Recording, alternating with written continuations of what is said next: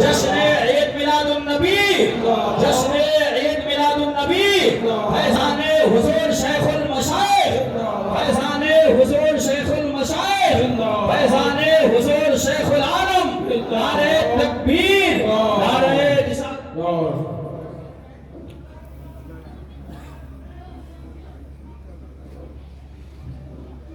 نہ تم چلاتے ہو دنیا نہ ہم چلاتے ہیں، خدا کے فضل سے شاہی امم چلاتے ہیں۔ نصیب پہلے مدینے میں لایا جاتا ہے، پھر اس پر شاہ مدینہ قلم چلاتے ہیں۔ اور مزار خواجہ سے آواز آ رہی ہے یہی، یہ کیا چلائیں گے یہ ملک تو ہم چلائیں گے۔ السلام علیکم ورحمۃ اللہ وبرکاتہ۔ وعلیکم السلام ورحمۃ اللہ وبرکاتہ۔ نحمده ونصلي على رسوله الكريم، اما بعد، اعوذ باللہ من الشیطان الرجیم، بسم اللہ الرحمن الرحیم۔ سبحانک لا علم لنا الا ما علمتنا انک انت العلیم الحکیم۔ قال اللہ تبارک وتعالی فی کتابہ المجید، ربنا وابعث فیہم رسولا منہم یتلو علیہم آیاتک ویزکیہم ویعلمہم الکتاب والحکمہ۔ صدق اللہ العظیم۔ ان اللہ وملائکتہ یصلون علی النبی یا ایھا الذین آمنوا صلوا علیہ وسلموا تسلیما۔ اللهم صل وسلم وبارک علی سیدنا محمد صلی اللہ تعالی وسلم۔ محترم بزرگوں، دوستوں، ہم آپ سب خوش قسمت ہیں کہ ایک نہایت روحانی اور پربہار محفل میں جلوہ افروز ہیں۔ دنیا میں ایسی محفلیں کم ہوتی ہیں، اولیاء کرام کے عرس تو منائے جاتے ہیں، لیکن ایسی محفلیں کم ہوتی ہیں کہ محفلوں کی سرپرستی بھی ولی کر رہا ہو۔ اور اگر کسی زمانے کو یہ سعادت نصیب ہو جائے تو اسے اپنی قسمت کی میراث سمجھنا چاہیے۔ اللہ رب العزت ہم سب کو قدردہ بنائے اور توفیق خیر سے نوازے۔ میں نے آپ کے سامنے جو آیت کریمہ تلاوت کی ہے، حضرت سیدنا ابراہیم علیہ نبی علیہ السلام نے کعبہ معظمہ کی تعمیر کے وقت اپنے رب کی بارگاہ میں کچھ خاص دعائیں کی تھی۔ جب حضرت سیدنا ابراہیم خلیل اللہ علیہ السلام نے کعبہ معظمہ کی تعمیر فرمائی تو آپ نے ایک دعا یہ فرمائی کہ پروردگار اس شہر کو امن والا شہر بنانا۔ اللہ رب العزت نے ان کی دعا کو قبول فرمایا اور شہر مکہ کو ایسا امن والا بنایا کہ آج بھی اس سے زیادہ پرامن شہر کوئی نہیں۔ دوسری دعا یہ کی کہ پروردگار یہاں کے رہنے والوں کو پھلوں کی روزی عطا فرمانا۔ تو اللہ رب العزت نے وہ دعا یوں قبول فرمائی کہ مکہ کی منڈی کی یہ خوبی رہی ہے کہ کوئی بھی موسم ہو، آج تو دنیا ترقی کر چکی ہے، ایگریکلچر سائنس کافی ڈیولپ ہو چکی ہے، تو موسم بے موسم بھی بہت ساری چیزیں اگائی جا سکتی ہیں، لیکن مکہ کی منڈی کی یہ ہمیشہ خوبصورتی رہی ہے کہ کوئی بھی موسم ہو، ہر پھل وہاں موسم بے موسم مل جایا کرتا تھا۔ یہ دراصل حضرت ابراہیم خلیل اللہ علیہ السلام کی دعا کا نتیجہ تھا۔